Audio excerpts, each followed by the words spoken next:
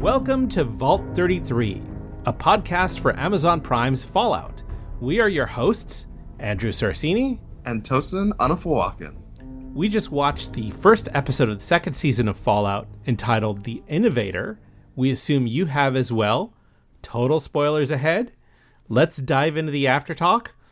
But before we do, remember to follow us on Twitter or X, as it's called now these days. I still refuse. At Fallout Vault 33. Add us on iTunes, Spotify, and other streaming services. Like us and please leave us a review. That's how we get noticed. But the best thing you can do really is to spread the word and tell your friends. This episode is written by Geneva Robertson-Dworet and Graham Wagner, directed by Frederick E. O. Toy, who also directed key episodes of Westworld, The Boys, Shogun, and also 2 previous episodes of Fallout Season 1. Before we get into the recap, though, since it's been a whole year, how are you doing, Tosin? I'm doing pretty well. It's holiday season, so things are a bit hectic over here. Yes. It's a little frustrating that Fallout has decided to. They decided to go to a week-to-week format rather than releasing all the episodes at once, which I think is good for audience engagement. However, and also they released these first episodes they're releasing right smack in the middle of the holidays, which is great if you're a audience viewer and you're watching and engaging and you're like at home and you're enjoying the holidays and you got nothing going on, so you turn on Amazon Prime and watch Fallout. I think that's fantastic. However, it really sucks as a podcaster because, this isn't our full-time job.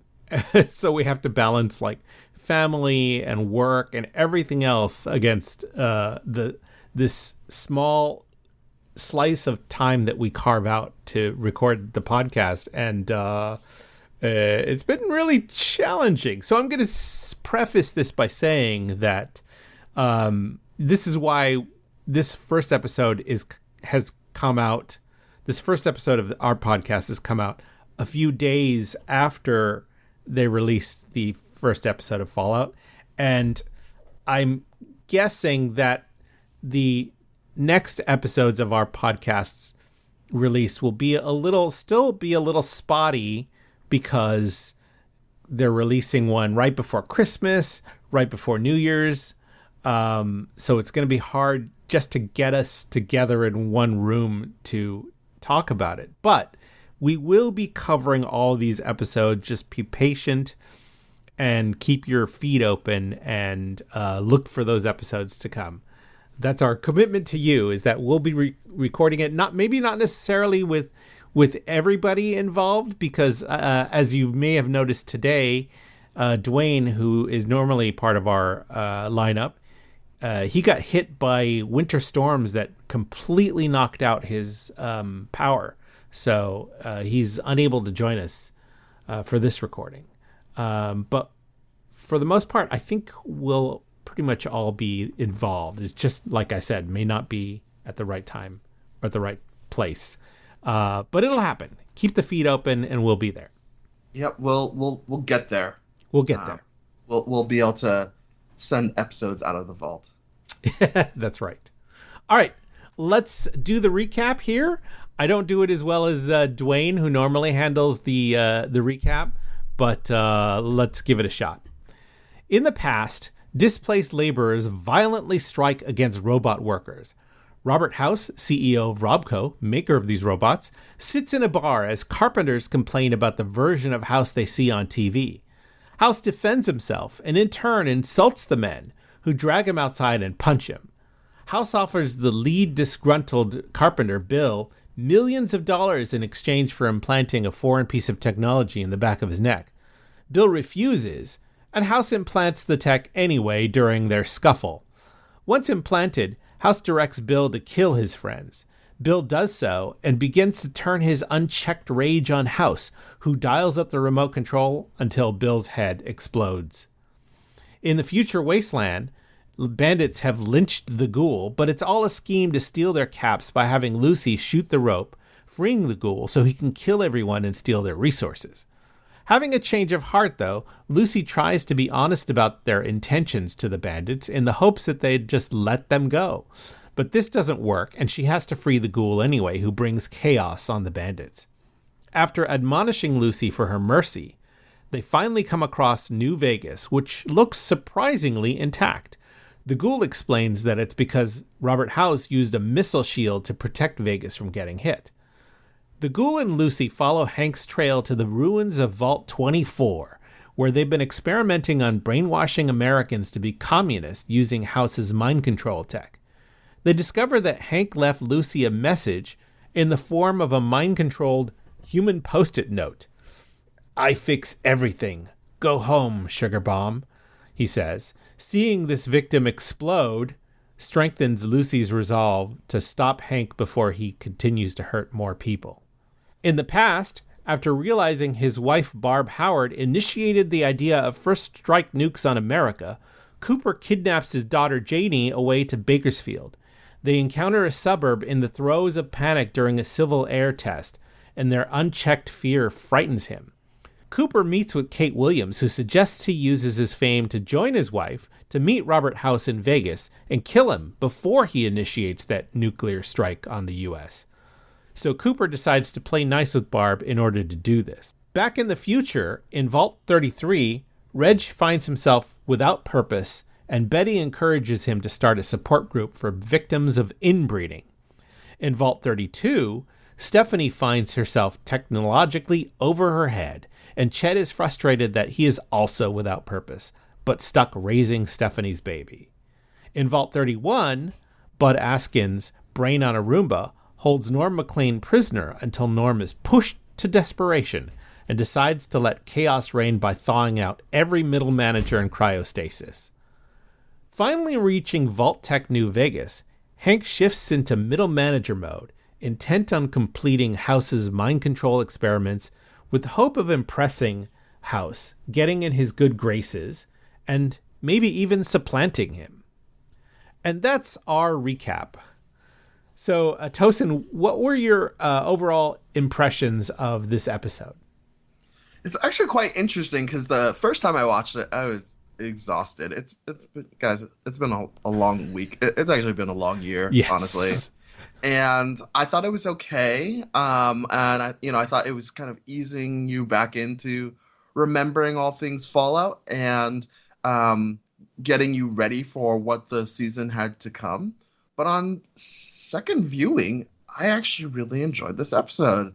I think there's a lot of detail that they threw in there, and a lot of threads to be untangled throughout the course of the season, as well as quite a bit of development of who the ghoul is and what Cooper's backstory and so I really enjoyed it. What about yourself? Yeah, I mean, I think they did a fantastic job of balancing. I forgot from season 1 exactly how many different threads we're following at the same time. And it didn't seem like a lot, but when you realize that this episode, we didn't even have a single thread on Maximus or the Brotherhood of Steel. Like, that's going to be... They couldn't even squeeze that into this episode. There's so much going on that you realize that even with the threads that they did cover this season, this episode, that the balance was really done nicely, because you've got the stuff in the past, the stuff in the future, the stuff in the vaults, the stuff with Lucy and the ghoul, just a whole bunch of stuff going on. And it's still pretty easy to follow. There's you don't need a mind map to understand the threads of where we're going, and I think the editing is quite on point in terms of how they cut from the past to the present, and sort of how they make it very easy on the viewer to continue going through. This isn't a Westworld, right? Right. When we were covering Westworld, we had to watch it 3 or 4 times and make copious notes. There were so many layers of subtext that we had to like pull apart. But this is actually really easy. And what I really love about this show is its continual commitment to a sense of humor. Like it's really baked into its DNA. Like it still continues to explore these profound themes of tribalism, war driven by capitalism, scarcity of resources after apocalypse, but it still has time to show an old lady shaking the fleas from her head into a bowl of soup. So I really enjoy. Yeah, for me so far, it's been the season of flying entrails. So right. Like, we got so many shots of that, and yeah. All right. Let's talk about some of the salient points of this episode. First of all, let's start with the title of this episode. I actually had some trouble like chasing down what the title was at first in preparation for this, because like some sources it was called The Father, some sources it was called The Men Who Knew, but ultimately I think what they landed with was The Innovator, and that's what's on IMDb. That's what and you know, honestly, I'm willing to guess that was a last minute switch to change the title to The Innovator, because even in the body of the show, the first text you see is a title that says The Man Who Knew. Yeah, no, that's a really good point. You know, the way I kind of read into this is a lot of this episode is about House and his innovations. But if you actually dig a bit deeper, you know, there's a lot of other innovations here in this show, right? We have the folks in Vault 33 trying to find solutions to their water problems. Right. We have just even some of the vistas they show of the past, and the, you know, sort of the not space travel, but the airships and other things that they show. You can see just quite the amount of innovation and the amount of sort of progress that you have. And it's really just an episode of problems and solutions, right? So you've got, we talked about the Vault individuals trying to find solutions there, but you also have Norm trying to find a solution to his problem. Like you have Cooper with his set of problems. So we're going from this place where everyone is trying to become that innovator, and quite a lot of people are manipulators, you know, in either the actions they take, like, you know, House and the manipulator device, and sort of, you know, House is a Fallout character who is a manipulator and tries to control everything he touches. Mm-hmm. Or even the little brain that is trying to manipulate Norm to freeze himself, right? So, right. And actually, now that I think about it, we also have Reg, right? Who we know doesn't want to be useless and lonely and tries to give a little bit of hope to the individual who thinks that, the incest maybe has given her dust allergies. So right. It's people are doing things for their own goals and causes throughout the episode. So I can see why they decided to broaden the title to encompass more of that, not just one single man, but all of these individuals, men or women. Yeah, I think you're right. I think it really does sort of put House at the forefront, though, as this person who has been such an influential force, both in the past and in the future. In the past, with Kate Williams and Cooper trying to stop him from doing what they know he's going to do. Well, also in the past with him having such an impact on labor and the economy. and in the future having to basically react to his actions, all of his actions, and what chaos they wrought, and Hank trying to basically pick that up again and continue that research. What's interesting to me is in this episode when House asks his first test subject Bill, when he sticks the remote control thing on the back of his neck and asks him to do him a favor. It was extremely reminiscent to me of, in the video game BioShock, Andrew Ryan, who is like the Robert House analog in that game, asking the protagonist in who you play as in BioShock, "Would you kindly?" which is a little bit of a spoiler for that game, because when you're playing that game, you don't realize that you are being manipulated, that you are being controlled. So it really brought some of that reminiscent to me.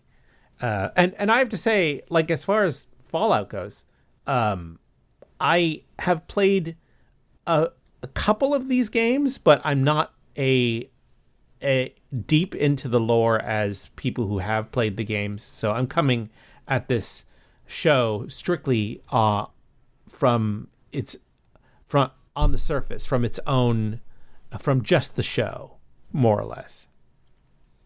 Yeah, I would say that's sort of a similar place that I've been in. I'm well aware of the various games, and I've played a little bit of some of them, but more of just a fan of the world building, absolutely, and all of the things that take place. And one of the other things that I found kind of interesting is, even in the future, or I guess the past, technology has its flaws, right? We see the black box device throughout its various iterations still causing major issues, and still, I don't think the desire was for people's heads to explode. Right. But that's sort of the reality of it, right?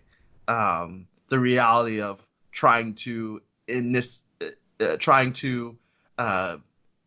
have so much control over an individual that the brain or the skull cannot contain it. The explosion seems to happen when you resist. The more you resist, and the higher the strength of the signal, the more your head is bound to explode. Yeah, exactly. So, to me, that's and we'll cover some of that in the big picture, but it just kind of shows this continuation of the positives and negatives of technology that we see in this show, and that also reflects what we've seen in real life. Right. I think it's kind of funny that this show, the world building of the show, has such innovations that we would consider futuristic here in our reality, but yet they still have that. It's this weird balance of these futuristic cutting edge innovations plus the limitations of 1950s era, like atomic age era technology and thinking. It's sort of like the best and the worst of both worlds. Like the advancements in technology that we experienced in our reality, because that world is sort of trapped, frozen in amber in 1950s era. They never got to experience some of those common conveniences that helped us advance our technology. Yeah, but I think one of the sort of big themes or pieces here, right, is even with all the technology that they have, and even with they still have the problems of mankind, the societal Oh, problems for sure. of what we are as humans, or what we have, Tribalism. yeah, or what we've become as humans. Maybe it's not necessarily what we are. And ultimately, as you can see, um, it leads to a bad place. It leads to sort of somewhat oblivion. Um, and it is, yeah, we are on the path to discover how they came there.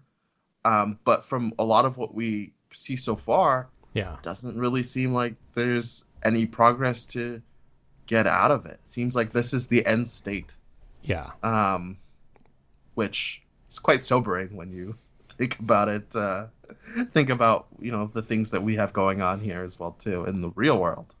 I was reminded, and this will kind of slide us into the big picture section, but I was reminded from watching the recap for season 1 that the ultimate goal is of the vault and the middle managers in the vault is to eliminate warring factions, but their way to do that is to make everybody like them. So it's comically hypocritical because they don't want to eliminate the differences. They don't want to benevolently eliminate the differences between factions. They just want to eliminate the other factions so that there's only one faction, and they do not understand, do not realize that even if there's only one faction, there are bound to be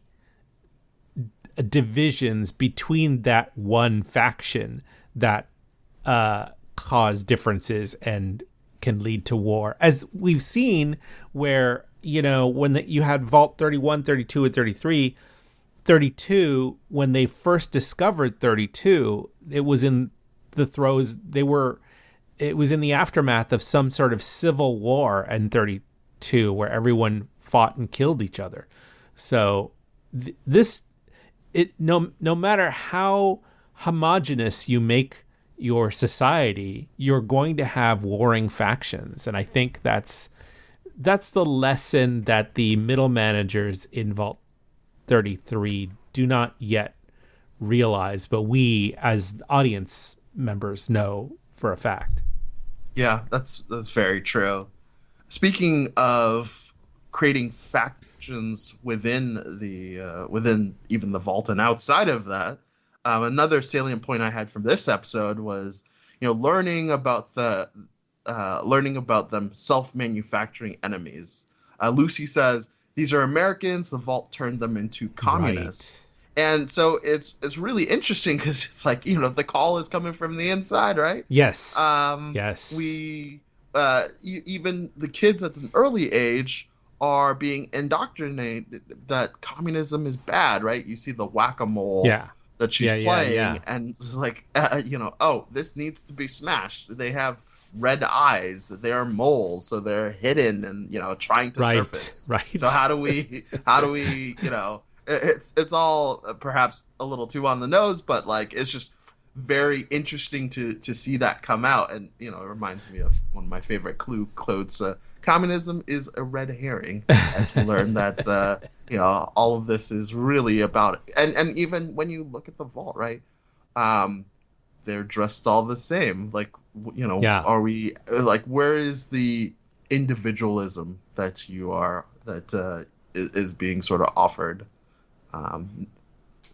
Right. And I think I was going to save that for our unanswered questions, but let me ask you, right now, since you brought it up, why do you think that particular vault, that Vault 24, why do you think they're brainwashing Americans to be communist? Is it to see, because I had two theories on this and I'm not sure, it feels like the people who run the vaults, and they run experiments on these individual vaults.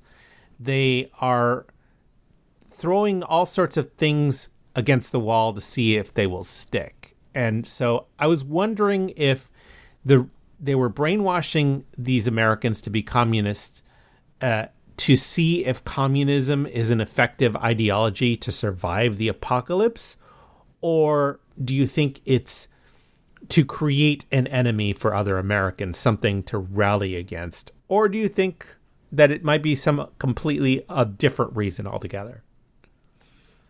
That's a great question. Honestly, from my perspective, I feel like it's this sort of one mind ideology there, where they're like, hey, if we can figure out how to make all of these people who seem to be individual to be of one mind and of one form, then they'll be easier to manipulate and control. Because you have to remember, once they have people in the vault, right? Right. Similar to other shows that we've recently watched in our technology, everyone is always scared about the thing that's outside, but they don't really know what's out there, right? Right. They've been taught that the other, and taught that these dreams and books and tall tales are Right. what lie beyond, but they don't know. So I kind of feel like this is more about how do we further control the individuals on the inside versus Sure. actually producing a suitable enemy. But I'm sure they're gonna. Well, I hope they tell us a little bit more Yeah. further in this season. Yeah, I'm curious about that. Yeah. I feel like you may have something there, like in order to rally people together, you have to have an enemy to rally against. It's the old Orwellian theme of like, Goldstein is the enemy and we've always been at war with East Asia, that kind of thing. You have to create Yeah. like you have to create a environment of hate in order to drive forward your society. Yeah. No, exactly. Exactly. We talked already about the comedy, the fleece soup, which was hilarious. And, I've got crackers if you want them. They're in my other pants. Right. But I also love how when Reg was trying to lead his group. Yeah. At that point in Yeah. one of my rewatches, I had the subtitles on, and one of the characters was just called. His name was Horny Red-Haired Guy, so he didn't even have a name. It was just like, oh, okay, that's what you're doing. I just love the eyes that the two of them had for each other were just so horny. I mean, there was so much heat coming off the screen for this this inbred couple from the same family. Hilarious. Yeah. And then, both for all the vault overseers, there's one of the characters says, heavy is the crown, because it feels as though they end up dealing with quite a few people who may be sort of lacking in intelligence stats. Right. So that was also a bit comical, but I think some may say that's just what's happened in the evolution of people being stuck down there. But another way, if we can talk about that sort of mind control, right? It's a lot easier to control those who are not educated and who are also unwilling to change, right? Unwilling to understand their left and their rights, right? Right. It's like Hank said, the people in the vaults don't know much of anything anymore. Exactly. Finally, I think the last thing I want to call out here is there's this great scene where we have Cooper and Barb both Barb has entered the house. Cooper's in the sort of kitchen, and they're both trying to maintain composure before faking that everything is okay, right? Or trying to live this lie of what each other, the goals of one another and what they're willing to do. And one thing that was that I really enjoyed was just seeing Barb standing by Revenge of Brutus poster. which I think we'll learn more about that coming in due to some of the scenes from the coming weeks. But to me, I think we all know the story of Brutus and Caesar. And it's just very interesting to keep that lens in with her character. I noticed that poster, but it didn't even occur to me that it could be something leading, foreshadowing something in the future. But that's a good point. It's a very good point. Nothing is ever on accident in shows like this. Yeah. All right, let's get into some of our big picture things. This is our examination of the broader themes of the episode as it relates to the season and to the series as a whole. I think it's interesting that one of the major themes in that they're revealing in this season in the prologue here, and I'm trying to remember if any of it in the past we've seen how these technological innovations, particularly the ones from Robco, have been used as to help us relieve the drudgery of our everyday lives. But you can see that in the prologue, you've got these working class laborers who are outraged at the idea of robots taking away their human jobs. And I just thought, oh, well, that's just exactly what's going on right now here in our world with AI. The robots of the AI are the enemy. Yeah, no, exactly. As you noted, AI is the enemy, and, well, I guess AI is the enemy for some, but it's progress for others, right? Right. Depending on which part of where you land on the power scale. Exactly. Right? Exactly. And what you're trying to sell, right? Similar to the show where House is a salesman, where he's selling and informing us of the technology and things of that nature. Or maybe it's more of a businessman. That's kind of what we are hearing on the news from the businessmen and people in power. And speaking of kind of a slight tangent there, but speaking of that business, one of the things he calls out is, this is the greatest achievement of vertical integration, right? And that's really a business strategy where one company owns the key stages in the supply chain. So that be it like, for example, we could look at the iPhone, right? Where, Apple controls it more so when the iPhone was originally released, where they controlled all the apps on the device, they controlled the actual device, controlled the manufacturing process. Right. But, and so, like, kind of with that in lens, I think one of the critical parts of that is that, hey, from his perspective, they voted for it. They voted to put these people in power. They voted for what was seen as sort of progress, right? Right. Which is, when we look at what's going on in the world today, or just even focused on the U.S., these are the people currently in power, the folks that actually got voted in power, right, by a majority of the citizens. So, we're voting for that progress, voting for that change, and then as we see companies consolidate, as we see, the media and entertainment space change that we're currently seeing, all of these things are allowed by those people in progress. It's this sort of hey, one butterfly effect, so to speak. Yeah. Right. Yeah. And there are benefits along the way. He talks about how they have the HH nail gun, right? Which one thing I was curious to see is, like, is that an actual weapon from one of the Fallout games that people get to use?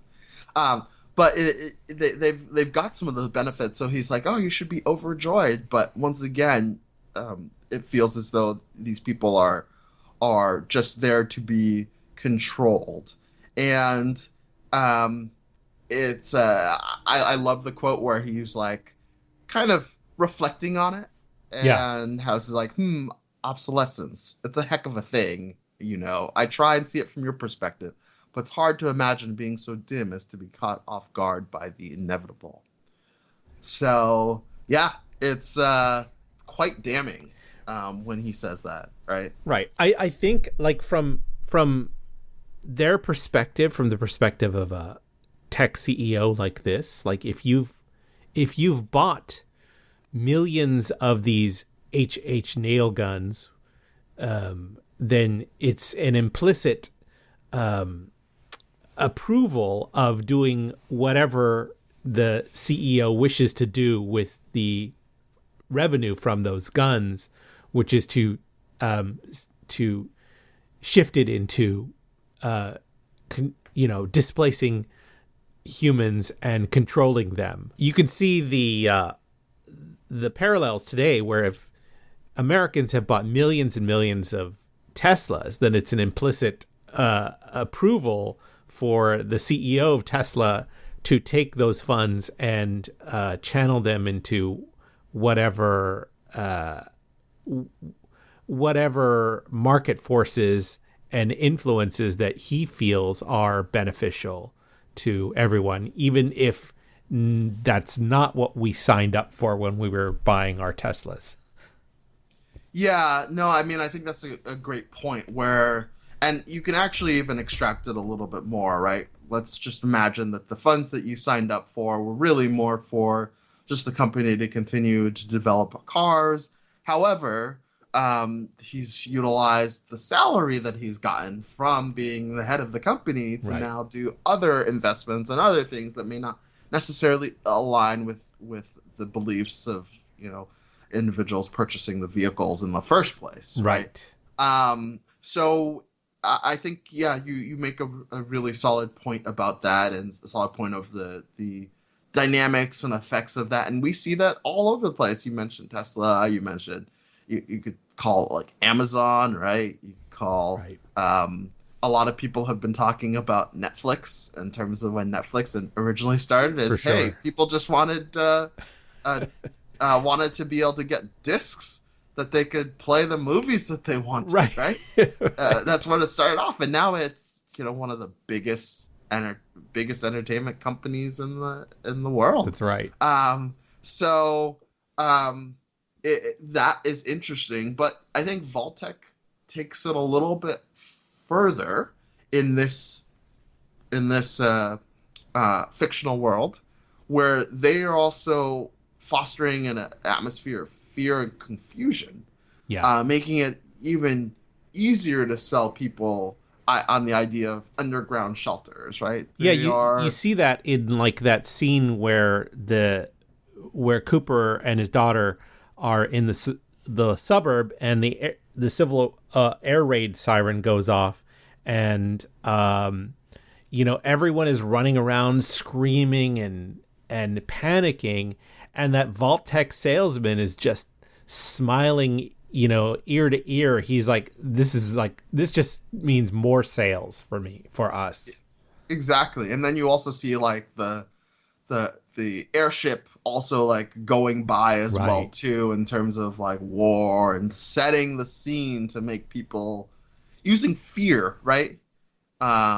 Using fear is a super powerful tool, that happens, in the real world too. I think that's also the first time that we've seen the airship, like the Brotherhood of Steel style airship, back in that era, in the pre-war era.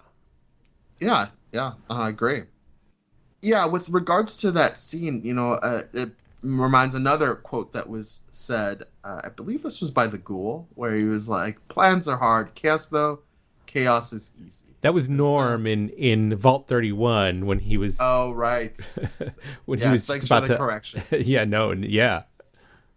And so once again, that's that fear and confusion, and even the brain trying to talk to him and get him to go in line and follow, be sheep right? Right.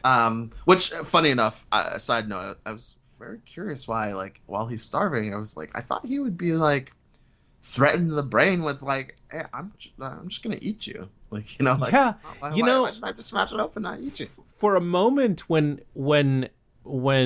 Norm was being pushed to desperation there, I honestly thought maybe when the brain on a Roomba says, these are the only rational plans, the rational choices you have, and Norm says, well, I've got plenty of irrational choices.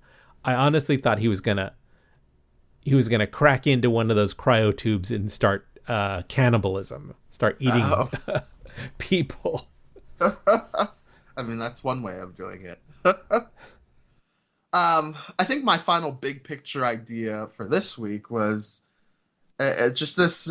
We get more of that Lucy versus Ghoul in terms of how they deal with situations, right? The goal is shoot first, violence is the answer, and the method that he goes. While Lucy's method is all around peace and trustworthiness. Right. And she shoots to wound, right? Yes. But we've seen several times over this and last season where it's bitten her in the butt, right? The flea soup, her finger that she lost. Yeah. She seems very sort of unrealistic in the world, while many other people are realistic in this sort of unrealistic world, right? So even the lady who's selling soup, about hearing that her son is probably dead, it was like, he owed me money. Like, can you get the money he owed me? Like, that's the most important aspect versus any sort of somberness or being upset at the sort of death of her potential death of her son. So yeah, it's that dynamic of these two people going along for the ride is quite interesting and quite novel in my mind. I'm surprised.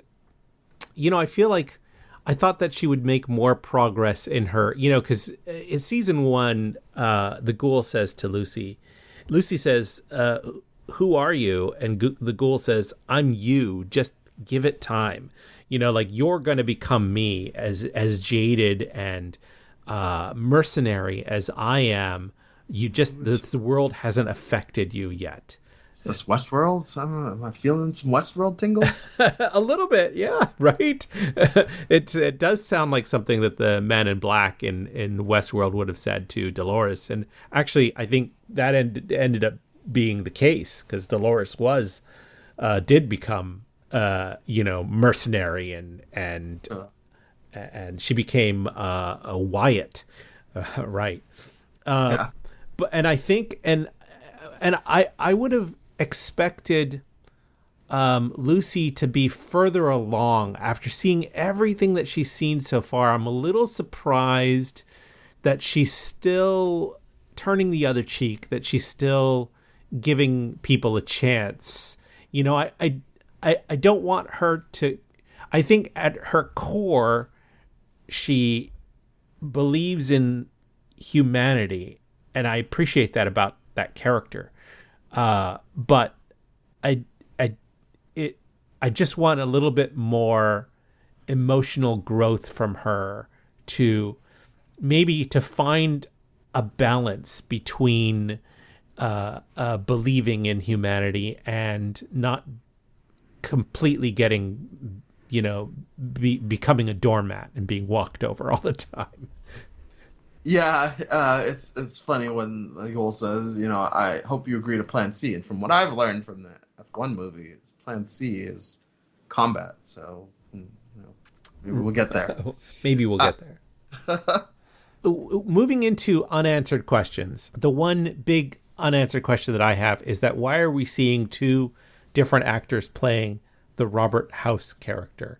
Is one a body double, or did I miss some information from season 1? Or maybe it's, the most logical answer to me is that when they cast the actor for season 1, they didn't realize they didn't have the plans to get Justin Theroux, who is like a heavy hitter. Like that's the guy you bring in to portray a dynamic character. He's like a ringer. So I think maybe they just didn't have Justin Theroux at the time that they cast the other guy, and now that they cast him, like if it was me, I would have maybe just replace the video footage, the TV footage of Robert House with Justin Theroux playing him, and would just pretend, do like a Fresh Prince Aunt Vivian, and just pretend that the other actor never existed. But I don't know, maybe they'll explain. I feel like they have to explain it at some point. Yeah, I mean, assuming it's not just because of the having another actor, in which they may just let that one slide. Yeah, hope people just forget. Yeah, but it very also well could be. This reminds me of the show C-Lab. Was it called C-Lab 2021? Yeah, 2022, where it was just like a comical. I don't know if it was Adult Swim, but a comical show, cartoon show. Yeah. Where they used the C-Lab images and they replaced the voices. And right. There's an episode where there's like, would you ever put your brain in a robot body? And so it makes you wonder if perhaps it could also even be perhaps in the future, or maybe it's in the past, that Robert House is not actually just a person. Maybe he froze himself, or maybe he's one of those brains on things, or maybe he's or maybe similar to like Hitchhiker's Guide to the Galaxy, or any of the other fiction that we've seen. He's now like a big machine or something, right? That's like not necessarily sentient, just because like, hey, with money and power, you seem to do some crazy things if you want to always be alive in the future, right? Yeah, I'm curious as to what Hank will find when he inevitably discovers Robert House in the post-apocalypse. Like what state House is going to be in now? Like what is he going to find? Is like you said, it could still be like I'm assuming that Robert House would have the benefit of the cryo technology that kept Hank and all the Vault 33 middle managers alive, that it could just be Justin Theroux in human form, or it could be, as you have hinted at, like maybe some sort of machine, or some sort of hybrid, something that only, or maybe another brain on a Roomba. Who knows? Mm-hmm. I want to know what is on that drive that Hank took from Vault 24. I think the obvious guess would be more information, more data about the mind controlling tech that he wishes to keep working on. But who knows? Yeah, no, I think that would be sort of my guess. More of the experimental data and all of the information needed to kind of complete the plans, but who knows? Any other unanswered questions that you had about this episode before? Not really, but I am quite surprised that drive is still working. It looked like it might have been still discs versus what we have today. Yeah. And it's like those things age. But not in the Fallout future. Maybe they've got more robust discs. I was also quite surprised how he's able to leverage that like bulky armor to pour coffee and do all these agile things. I was like, oh, yeah. And had some like clean suits and everything. This really must be a place that they've been like, planning for quite a while. And in his size too. You didn't have to get him fitted or anything. Let's talk about the technical aspects. This is about we talk about the behind the scenes elements we enjoyed in this episode: music, acting, visual effects, etc. I have to say, first of all, I really loved the transatlantic dialect that Justin Theroux is using to portray Robert House. It's very of a time of a very specific period of time, which is like 30s and 40s, I would say. This was the kind of like the kind of learned accent that Americans and some Europeans used when doing stuff like broadcasting. You know, you hear it a lot in radio announcers of the 30s. They use this transatlantic accent. But Justin Theroux is just doing it like brilliantly. I think he's doing a great job at this. Is a great choice to do this particular accent. I think the music choices in this episode are still on point. That whole sequence with the ghoul killing the con bandits over Marty Robbins' big iron. It's just perfect. Just a perfect choice. The lyrics were so fitting too, and just the music choices in this show just, I feel like, really keep this show alive. Plus, like even that Roy Orbison choice at the very end of the episode, "Working for the Man," you know, as you see Hank getting his ducks together and trying to get the vault, New Vegas vault, back online. You know, it also, the lyrics in there also mirrors the idea that he's doing this to maybe impress Robert House and maybe even take over his role, be the supreme leader. Yeah, I think music was very on point and very reflective of what was going on at the time. So, well done. I noticed that a lot of the shooting locations, they moved from, by the way, you know, I think we reported this earlier. They moved production from, I think it was Georgia. So we got a lot of woodsy elements in season 1, and they've moved to shooting in Southern California. And one of the benefits from that is that you have access to like real desert scrub here in Southern California, and it looks like a lot of the locations they shot in this episode were in Vasquez Rocks, which is a classic location for particularly for sci-fi productions. Star Trek, the original series, shot there, and I think even it's been like the home for a lot of alien planets in sci-fi history, and it's just if you're ever in Southern California, I recommend checking out Vasquez Rocks. It's like maybe a 45-minute drive from Los Angeles, and you can go on all those wild rock formations. These striated rocks that push up out of the ground because of geological forces. Just a lot of fun. Yeah, it looks like they also shot where one of the sites was the old Royal Hawaiian Motel in Baker, California. As well, there's a I've been there. I thought it looked familiar. That's where the con bandits were attacking. I have been there, and I've taken photographs of that location because it's so dilapidated.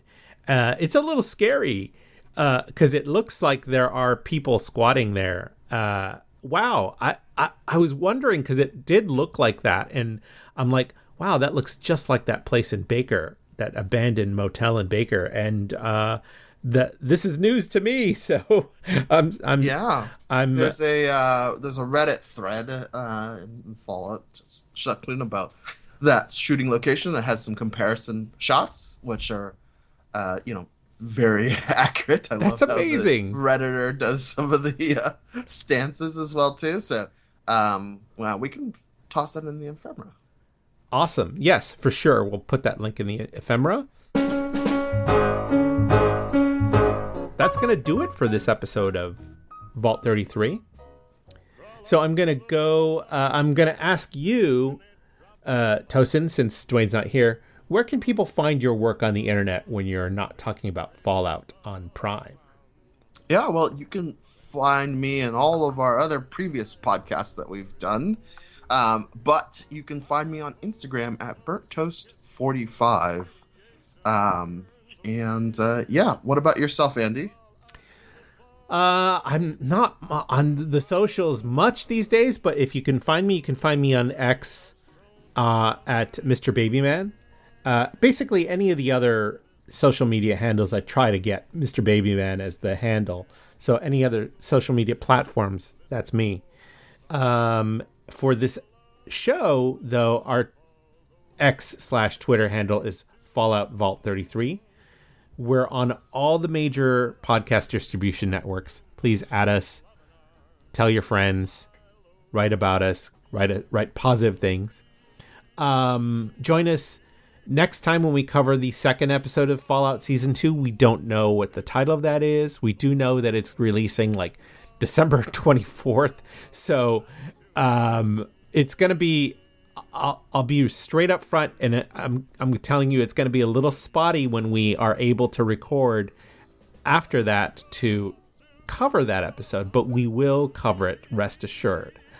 And until then, please tweet us, leave us a comment on iTunes, and we will see you guys next time. Why don't you crawl up through the Fallout back to